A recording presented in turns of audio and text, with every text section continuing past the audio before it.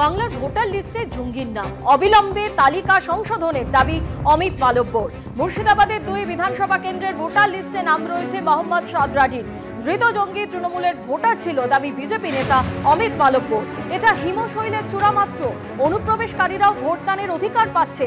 ক্ষমতা ধরে রাখতে এটাই তৃণমূলের ভোটের ভিত্তি। গণতন্ত্র দেশের নিরাপত্তার স্বার্থে অবিলম্বে কড়া পদক্ষেপ করা উচিত। এক্স হ্যান্ডেল পোস্ট বিজেপি নেতা অমিত মালব্য।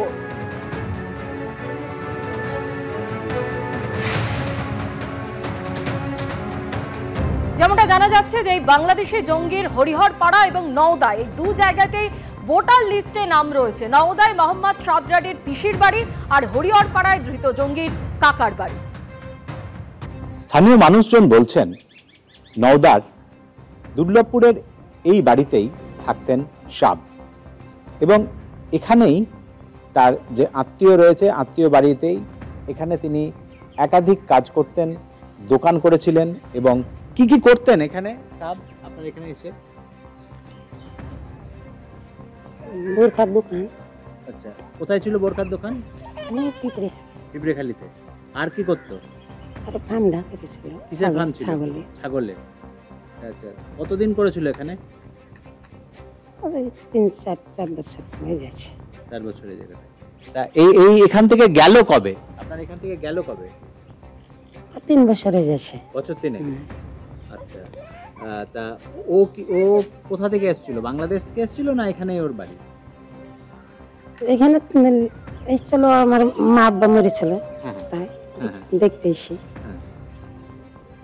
আমার মা আব্বা মরে গেছিল দেখতে এসেছিল। দাদির জিনিস, দাদু দাদি সব দেখতে এসেছিল। আগে ওর বাড়ি বাংলাদেশে ছিল? ওর কি আগে বাড়ি বাংলাদেশে ছিল?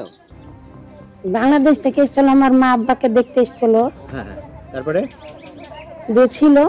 আচ্ছা, আমার ভাই বা চলে গিয়ে মারা গেছে, বড় ভাই।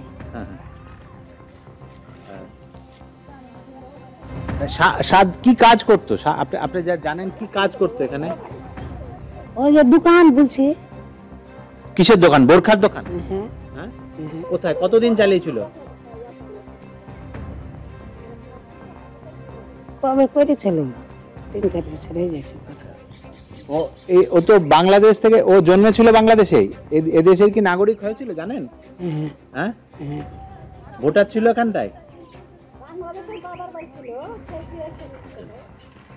আমরা একটু কথা বলছিলাম এই পরিবারের লোকজনের সঙ্গে। বাংলাদেশ থেকে এসেছিলেন এখানে এবং এই বাড়িতেই, নওদার এই যে বাড়ি রয়েছে এই বাড়িতেই তার কর্মকাণ্ড শুরু হয়। এবং এখানে যেটা পিঁপড়েখালির বাজারে একটা বোরখার দোকান বানিয়েছিল এবং এখানে ফার্ম বানিয়েছিল। কিন্তু কয়েক বছর ধরেই এ বাড়ি ছাড়া, কিন্তু ভোটার লিস্টে এখনও তার নাম জলজল করছে। রাজীব চৌধুরী, এবিপি আনন্দ, মুর্শিদাবাদ।